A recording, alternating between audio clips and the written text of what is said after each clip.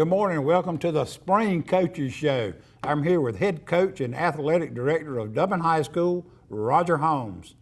Coach, we're coming off a really nice season last year, second round playoff appearance. Standards are very high at Dublin football, and we like to be, I've heard you say many times in the past, practicing football at Thanksgiving. I think the community, the boosters, the donors, they hold Dublin football expectations very high, and over your 20 years, you've done very well with it. With that being said, we're coming into a brand new season this year. Spring game last week against Jeff Davis. Had a really nice game. I think your Micah O'Neills, your Jeff Davises, your Damari Fosters, those kids look very well out there, polished.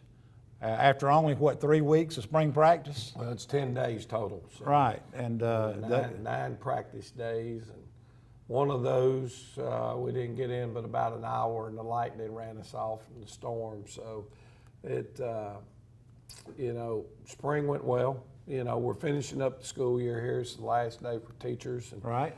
First thing I want to say is congratulations to all of our athletic teams here in Dublin. Our baseball team looks like they're starting to turn the corner. Absolutely. Our girls track team brought home 2 state champions in the 4x100 and I think the 4x400 meter.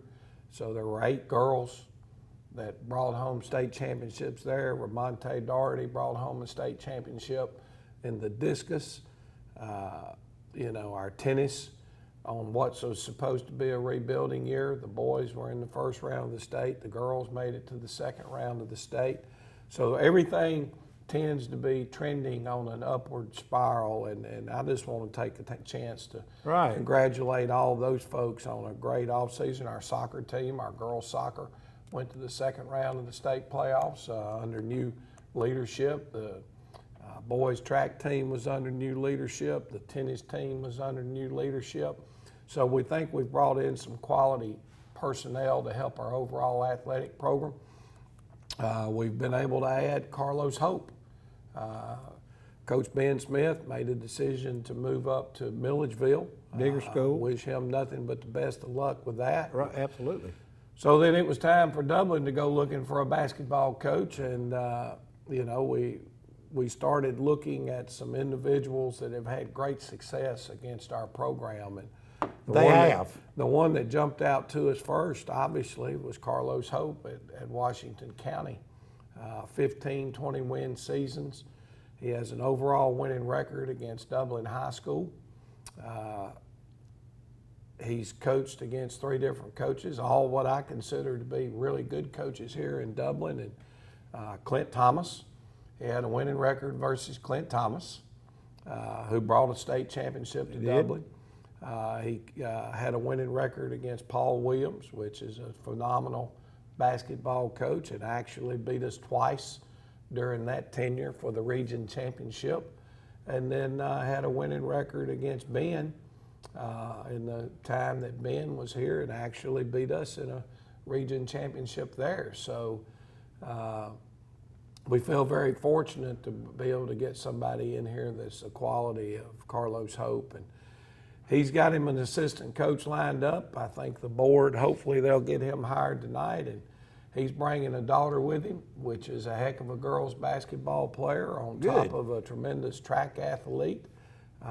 Then his guy he's trying to bring in as his basketball assistant coach just happens to have a young man that's about 6'2", 315. Just happens. Who's a pretty good offense and defensive lineman. So, all that being said, I think we're finishing up a great year. We went into spring like you're talking about, and had some definite holes to fill, some things that we wanted to try to take a look at. And on the offensive side of the football, I think as we've said forever and a day, that our system requires phenomenal offensive guards. And that was an area where we felt like we got hit the hardest. Right. Losing We did. Ramonte Doherty and Dez Gilbert are two of the prototypical type individuals you'd like to have at offensive guard. Those are the type of in kids this you system. need on your line every year. Right. So we took an experiment this spring and we moved Nasir Johnson into guard. Well, he's at 6'4", 300. Saw right at 6'5", 300. And it doesn't run as well as Ramonte and Dez, but we felt like that he could get out in front of the sweeps and the things that we were doing. It's got good footwork. Had a great spring, and just a little bit on Ramonte, or Nasir, excuse me. I think right now he's got about 30 Power 5 offers. About every school in the Southeastern Conference has offered him, been through here once, if not twice, during the spring. They're able to get out and see you on 2 different occasions, and in the SEC alone, I know he's got Kentucky, Tennessee, South Carolina, LSU, Georgia, Alabama, Florida, Ole Miss, and I'm not sure if Mississippi State is one or not, but Florida State is after him pretty hot and heavy. So Miami, University of Miami. So there are a lot of people that have kept us busy this spring coming in and taking a look. But then, with that being said, let me ask you this. There's been a lot of talk about him, and we were out at spring practice, and there have been a lot of folks on the practice field, more than usual.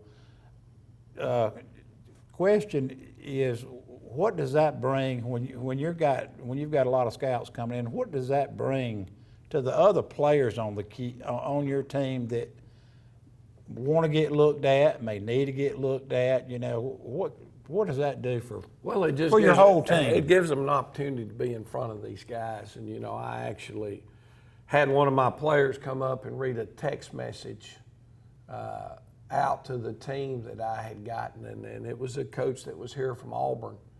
And we pointed out a kid to him that was only going into the 9th grade, that we were in a team period, and the kid made 3 or 4 really good plays. And I said, yeah, that kid there, he's just going to be in the 9th grade. Well, 2 days later, I get a text message wanting to make sure that they had that kid's name right and so on and so forth, so that they can follow that young man as they progress through his high school career. And that was just a classic example of, Ramonte brought a lot of people in last year. Right, he did. Nasir's bringing people in this year. Quality of athletes that you have are what cause people to continue to stop in and take a look. And at the end of the day, it's very important that you do something while they're on our practice field to make them notice you. Jump out at them and make them say, hey, who's that young man right there? And so all that, I think, is very important. Right. And with that being said, as we did scrimmage Jeff Davis a couple of weeks ago in the spring scrimmage game, and we lost Doherty, we lost Gilbert on our bookends there defensively, I think. And what have you moved around, and what have you experimented with? You had first team O, second team O, and we also. kind of got off track a little bit, but some of the major moves that we were talking about was right. we also moved Drew Rozier from tackle to guard. So you've got 2 new guards in there, Nasir Johnson and Drew Rozier. Our starting center from last year got banged up in the first day. I had to miss all of spring practice. Well, another center that was involved in the mix was involved in a play and some stuff going on here at school. Well, the next thing you know, we've got a freshman center in there, Mondarian Stanley. Right. Gosh, he had one heck of a spring. It's going to be hard for either one of those other 2. They got some work to do if they're going to beat that kid out. He had a great spring, started for us in the scrimmage, did a really good job inside there. At our tackle positions right now, Tamaj Carswell is just a sophomore, had a really good spring for us. And Kelwan Gilmore was back at the left tackle did a really good job. I think. Expect big things out of Kelwan this Well, year. he needs to have a great year. His off season, the summer conditioning is going to play a major factor in what he's able to get accomplished. We made a move. We were returning a 1,000-yard running back in Damari Foster. Damari was our fullback. We took Jordan Tobridge, who's a kid we think's got a lot of potential. We slid him in at fullback in the spring and moved Damari over to a running back spot. Again, knowing Damari can play the fullback, there's no question, but let's find out what Jordan can do at about a 220-pound running back. And we thought Jordan made a lot of progress this spring. I think he just needs reps, seeing the holes, believing they're going to be there, the cuts to make, those type things. He looked good though. Yeah, he's did. made a lot of progress, and his attitude has been phenomenal. His off-season weight room was the best he's had. He's going to be a junior. His academic performance in the building was the best it's been since he's been here. So very proud of him. And then Cam Hampton was playing at the other wingback position, and Cam's a big play threat. Really impressed us the most, I think, this spring with what he got done for us on the defensive side. So, we're Micah O'Neal is back, returning as our quarterback. I think Micah may have started 9, 10 games It's last always year. good to have a returning quarterback. And that was a gamble that we made in the middle of the year last year when we moved Micah to quarterback and Jaquarius Evans over to running back. And we're going to miss Jaquarius, just not only his athletic ability, but his leadership. And he's going to Washburn College on a scholarship out in Kansas. Another one signed. And it's going to be great for him. He'll do a great job out there fitting in with what they want. I know they're excited to get him. But Micah had a tremendous scrimmage, threw the ball very, very well. Jeff Davis is coming around as our backup quarterback. Absolutely. Still a little bit concerned with the depth in that position because I don't like having two. I like having three. And we are trapped right here in the case that our middle school quarterbacks for the last 2 years have been 6th and 7th graders. There was really not a kid that played quarterback in this 8th grade class. And it's kind of got us in a scary situation right now. You have the Yates boy and the Huggin boy down there. Yeah, they're both, and there's a Very third impressed one. with There's both a of third them. one there that in the middle school, but they're all 8th graders. Right. So, They can't help you this year. and you don't need Jeff Davis going down and playing any JV, which would be phenomenal for him to continue to get JV reps. But if he's your backup varsity quarterback, it makes it pretty tough. He needs to stay fresh. But I feel like we did some good things there. I think the thing that probably jumped out to as many people as anything in our spring scrimmage was the play of Eli Hartwell at split end. Eli, we told people last year. We've been waiting on him. And it was obvious to us that the young man was a competitor. He had good hands and would play as hard as he could play. And I think he had 4 catches maybe in that spring scrimmage the other day, one of them for a long touchdown. Called a slant route, was able to split the secondary and go to the house. It was pretty interesting. With all the fans up in the stands, they saw this kid hit that slant and then just take it down the middle, and they all looked around like, who was that? And when folks were, you could hear murmuring. They call him White Lightning. I think he runs that catapult vest. He registers pretty high on that, doesn't he? Well, he's doing a good job, and we took Martravius O'Neal that played split end for us last year. We moved him inside to running back this spring to experiment with that and take a look. And then Sirius Tobridge had a good spring, and about 2 days before the spring scrimmage, he messed up a wrist. Yeah. Doctors held him out of the spring scrimmage, but he's done a good job out at wide receiver and those type things. So we're, we feel like that continuing to improve our depth and the competition it takes to get on the field from the offensive side is going to be huge. Yeah, I've been impressed. I was impressed with Hampton over the spring. It seems like he's worked harder. He's shown up. I talk with him from time to time. His attitude and outlook seems to be really good going. He wants to have a good year. You can tell he's turned the corner and wants to be one of your best running backs this year.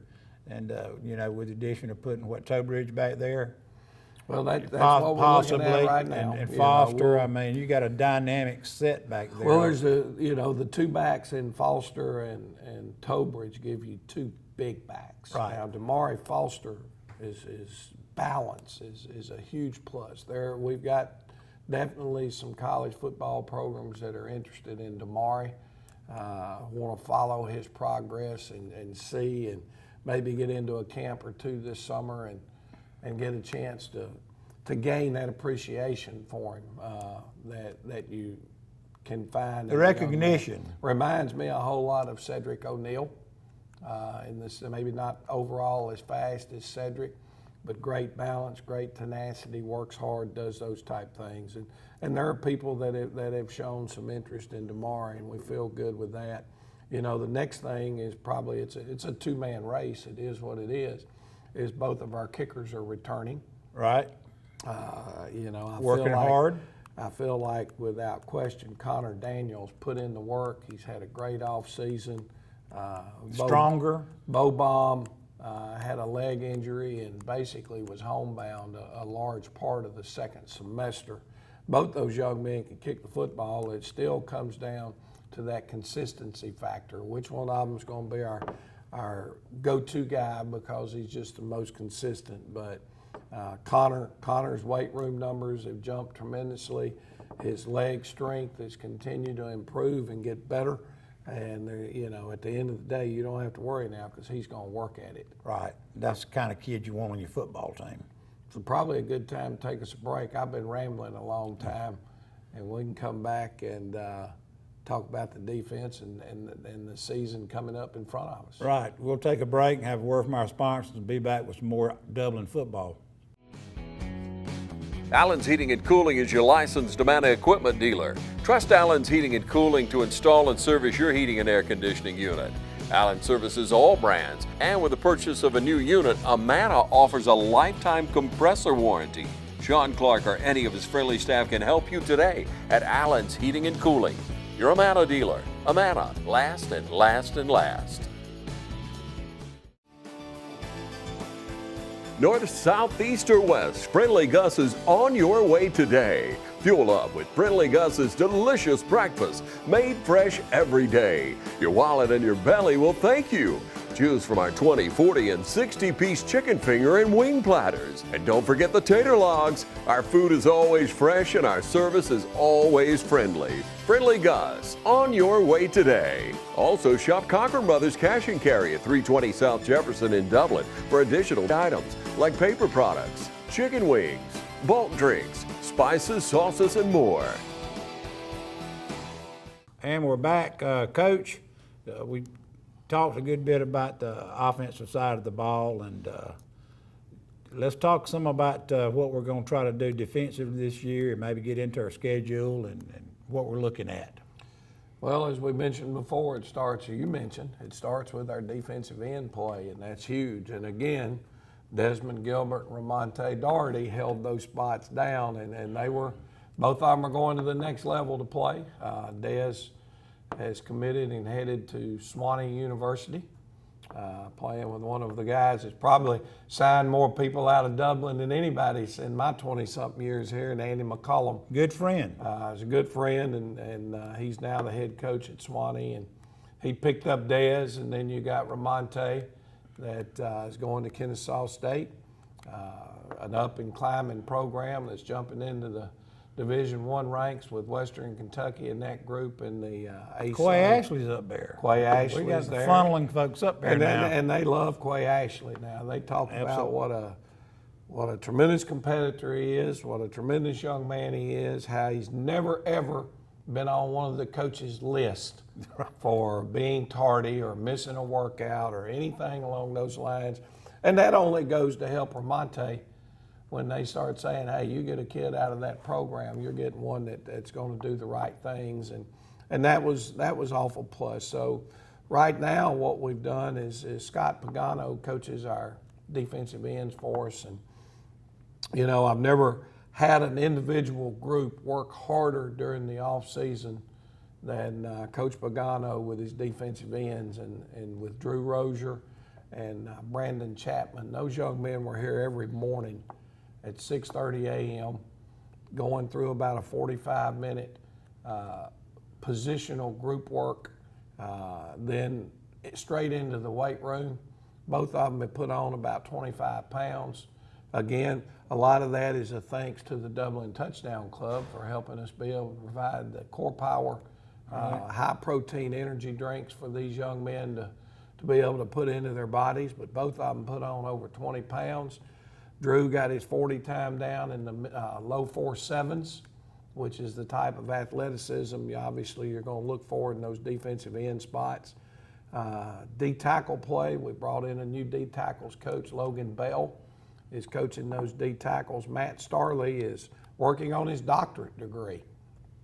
And the time between teaching, coaching, doctorate degree, being a father and a husband. Great man. He wanted to move down and just help us on the middle school level. And losing him is a big deal because Matt was a fundamental technician guy on that inside for us. He did a great job, and he was our special teams coordinator. He was a great practice coach. Yes, he had a great way with his group and worked them very well. But Logan Bell has just graduated from Cumberland University, and he and Scott Pagano grew up together, and Scott brought his name to us, and we had a chance to meet him and talk with him, and excited to get him in. And he's coaching our D tackles, which is the only coaching change right now on our staff from last year. Both of those two men will bring the fire to these kids. Oh, there's no doubt about it. I mean, and it's great. Logan was an offensive lineman in college, but he and Coach Pagano are roommates. They live at the same, you know, they got the same apartment,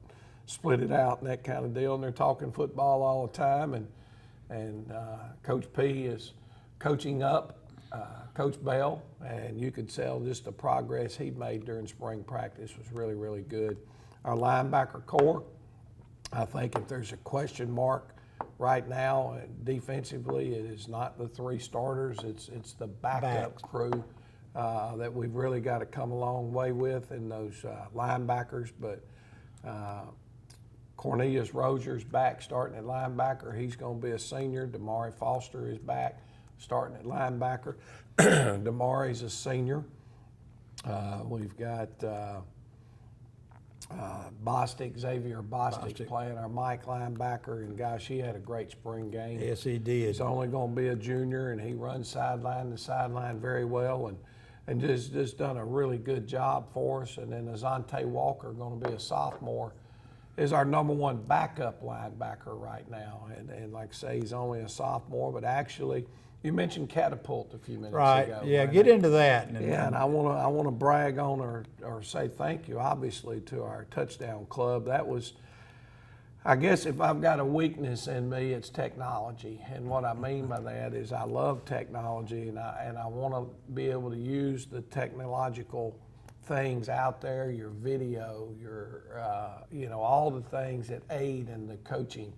And they come out with this system. That's what you got Coach Riley for. Well, I don't know. I'm not going to say I know how to use it all, but I know how to evaluate it when we get the data. But Catapult is a system that has kind of taken over college athletics, pro athletics, and so on and so forth. And it is a tracking device that the athletes wear underneath their shoulder pads when they're on the field. It's a GPS type deal, and it measures everything from accelerations, deceleration, miles per hour that a player is running, the amount of effort that a kid has put into a practice. It measures their energy spent, and it gives you all these different ways of tracking all of the different norms that can have a factor on a young man throughout the course of a season. Let you know how much effort they're putting out in the ball game or in practice. And there's an evaluation tool there. Like a little... It's just a little vest that's got a tracking device that fits right in the back pocket of it. And you know, Azante Walker the other night knocked off the big run on the trap up the middle for about a 65-yard touchdown, and I think he ran like 21.4 miles per hour, which is anything that touches 20 or above. That's college speed. Is college speed. So, you know, he's our backup outside linebacker right now. We've got Antoine Hudson that's playing some middle linebacker, and C.J. Stubbs, a 9th grader that popped in, Coach Stubbs' son, but let's keep him in our thoughts and prayers. He thought he rolled an ankle at the scrimmage the other night. It turned out to be a fracture, so he's having surgery today to repair that, and we hope we can get him back at the end of August if everything goes perfectly, and he'll be back on the field ready to go for us. On the back end, the secondary, again, is an area where we feel like our front four are okay, but we're not too deep back there. We've got a lot of linemen. We do not have a lot of what you would call skilled players. I thought Cam Hampton came a long way in the spring. Cam has to continue to improve on his techniques, his ability to run, break on the football, tackle people. All of that is there. It's there. We just got to hone it in. Micah O'Neill's playing free safety for us. Again, we would prefer that our quarterback not have to do that if at all possible, especially when you're thin in the quarterback positions. Martravius O'Neal is returning as a starting DB, and we've moved Malachi O'Neal out to the strong safety position, backed up by Eli Hartwell. And again, we've got to, you know, he's coming off a shoulder surgery that he had at the end of the season, talking about Malachi. And it always scares you when you start getting them back in and getting them broke in, because basically it was a labrum. Those things have a tendency to pop in and out, and the surgery a lot of time repairs it, but if you're not careful, it'll happen again. I would think the Hartwell boy could potentially develop into a really nice defensive back. The way he can run and the way that he can just snatch a ball out of the air. We feel like that he's definitely got the potential skills back there. We've got to be a little more physical. We got to come put our face on people and show that we're, you know, that we'll tackle in open field and do those things more consistently. And made a lot of progress through the course of the spring. But and then again, I mentioned Sears Tobridge a few minutes ago.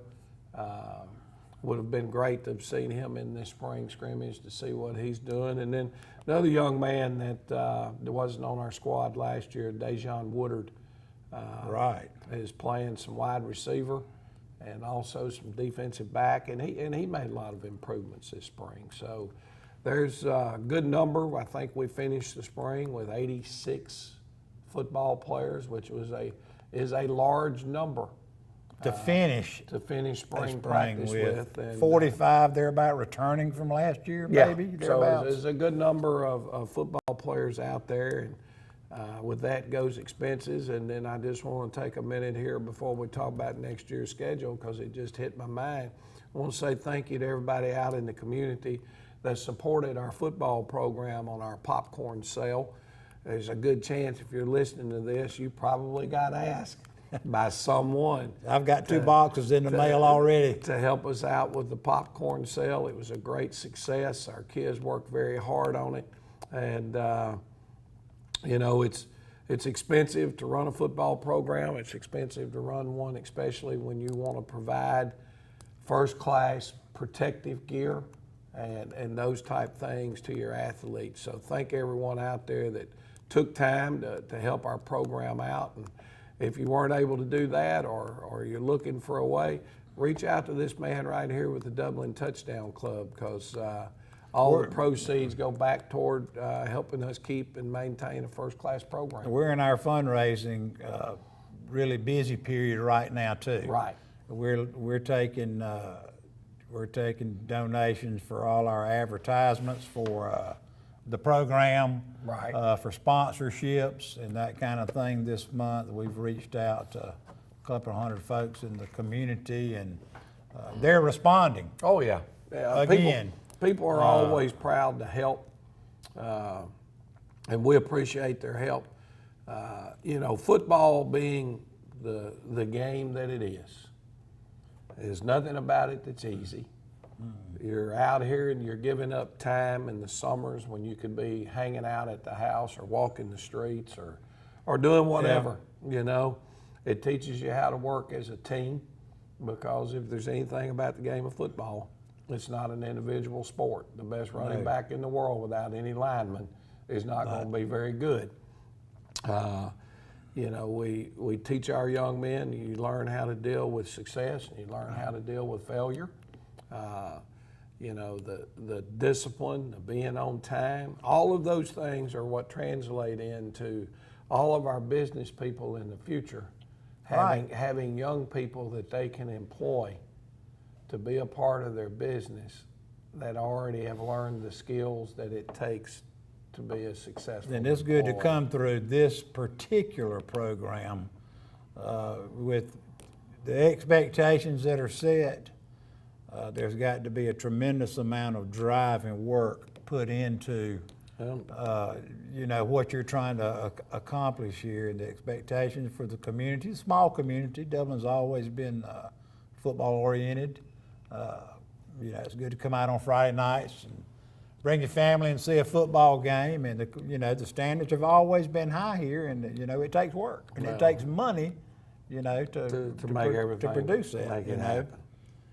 So again, you know, thank you for the folks that have reached out to our Touchdown Club so far this spring, and if you would need to talk further, you can always contact one of us. I'm Brian Bazemore, President and CEO of Community Bank of Dublin-Lawrence County. We would like to invite you to come by and experience a welcoming banking environment. Come by today and have a cup of coffee and let us talk with you about our many products, savings accounts, checking accounts, CDs, and our many loans. You're more than just a number to us, you're family. Come by today, Community Bank of Dublin-Lawrence County, member FDIC, and equal housing lender. Hi, I'm Tom Domney, Dublin with Nelson Company. We're a full-service wholesaler specializing in plumbing, irrigation, and industrial products. We are committed to building long-term relationships with our customers by earning your business every day. With a staff that collectively offers more than 50 years of expertise, our team knows your industry. We're able to answer your questions and are ready to help you get the parts and equipment you need. At Dublin with Nelson, our goal is long-term success of your business. We achieve that goal with a simple commitment, doing things right, one customer at a time. Our showroom is complete with the latest styles and fixtures. Stop by and see us at 507 Airport Road, or give us a call at 478-272-3585. That's Dublin with Nelson.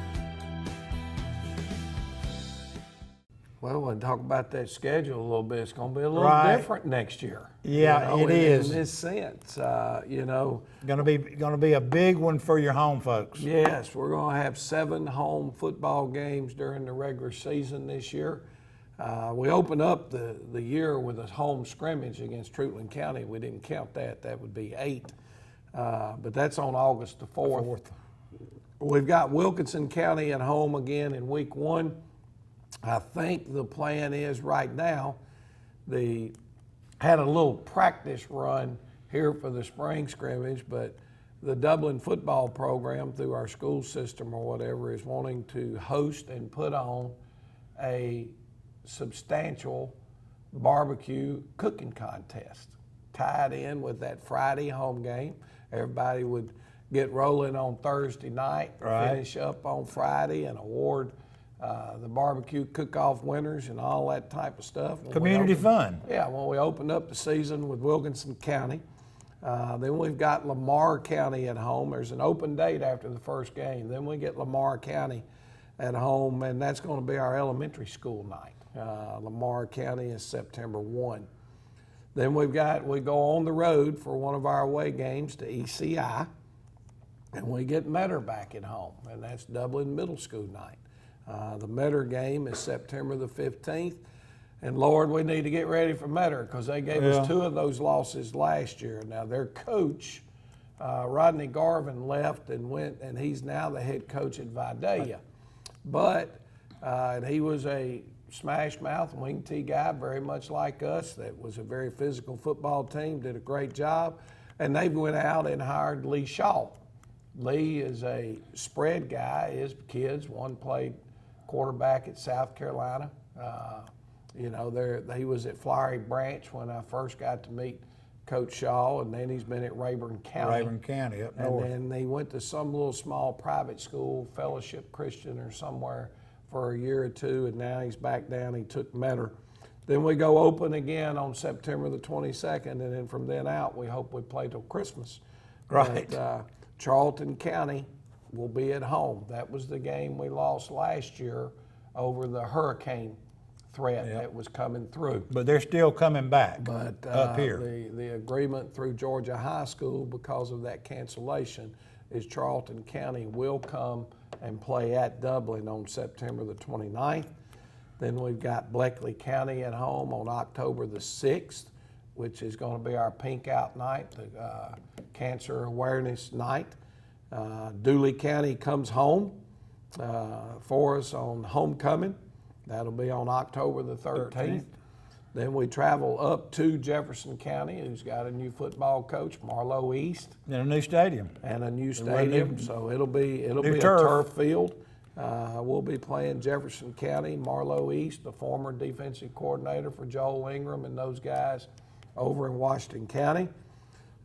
We finish up our home schedule the next week with East Lawrence at home. That'll be senior night for the football and cheer. And then you go on the road for, I guess, a team that's probably picked to win it all this year in Swainsboro Tigers. We got to go to their place to end the regular season on November the 3rd. So our road games are at ECI. We go to Swainsboro. Okay, and then and the neat thing that jumped out at me when I saw that means 9 out of the 11 times that we play next year are on turf. With Jefferson County adding the turf. So the only 2 places we'll play natural grass are at ECI and Swainsboro next year. Well, what jumps out at me, Coach, is September 15th with Metter, September 29th with Charlton County, October 6th with Bleckley, and then finishing up week 12 with Swainsboro. I mean, it's an exciting schedule, but it's not going to be an easy one. Oh, well, no, it never has been. I've never walked into a schedule this time of the year where I thought it was going to be anything Right. but all that we're capable of doing. And right now is we're jumping in. It's dead week, so we'll jump into our summer. Yeah, what are you going to do during the summer until we play August? Well, we go 3 weeks in June. We'll finish up in June with the 27th, 28th. We'll be hosting a half-pad camp here. I think we've got 6 teams here day 1. Good. We got 9 teams here on day 2. So there'll be football teams running all over the place out here on the 27th, 28th of June. 29th is going to be our photo day to get all the pictures and everything done for the football program. And then we leave for the 4th of July dead week where nothing Right. can go on. We come back after that, and I think July 20th, we're going up to Howard High School in Macon for a half-pad camp day. We're looking and trying to make arrangements so that we can send about 9 offensive linemen to a football camp in June, June 16th, 17th, 18th, and 19th. Where would that be? That's down in Jekyll Island. It's transportation right now seems to be our biggest issue in being able to make that happen. But we're trying to figure out if we can find a way to make it happen. And then You're going to be busy all summer. all summer, I mean, it there's- doesn't stop. And I think somewhere around July 25th is the first day of mandatory practice. So enjoy a little time off right here from doing the day-to-day grind. I think, when we took a break here a minute ago, there were about 6 or 7 Dublin High School There were. football players that ran in here to pick up their helmet. They're going up to UGA to a football camp today, and got some parents out in the community doing a great job of helping these young people and actually transporting them today. You know, That's what it takes. I'm sure there's some people that are going to violate some rules, but we're not going to be one of them. It's supposed to be dead week, and we're not supposed to be involving ourselves with these young men with the game of any high school sport. Right. So them getting themselves to camp is kind of on their own during this dead week. Because if we take them now, we're taking a chance of getting busted from Georgia High School for You probably didn't know. violating You dead probably week. didn't even know they were going. Some of them. Well, I didn't know till a couple of days ago when Right. some of them reached out and said they're going to need a helmet. So, well, come by and get your helmet. So, Well, that's not that's not violating any policy or providing No. any transportation or whatnot. But you know, folks always want to say something. But it is good to have people in the community, you know, men, women that do want to help out and provide that transportation and things like that for them. That's what it takes. well, it goes a long way, and we're very thankful for the fans and the support that Right. we have in trying to help these Dublin kids and kids in Lawrence County be as successful as they can. Right. Well, Coach, I think spring wrapped up with a very well good spring game. The kids looks like a lot of effort was put forth out there, which is what you expected. Summer workouts coming. I know you're going to get their nose to the grindstone because I always know kind of what's to be expected of those kids, and so we wish you luck this summer, and we'll be back with a pregame show sometime here late July. I like the way you think.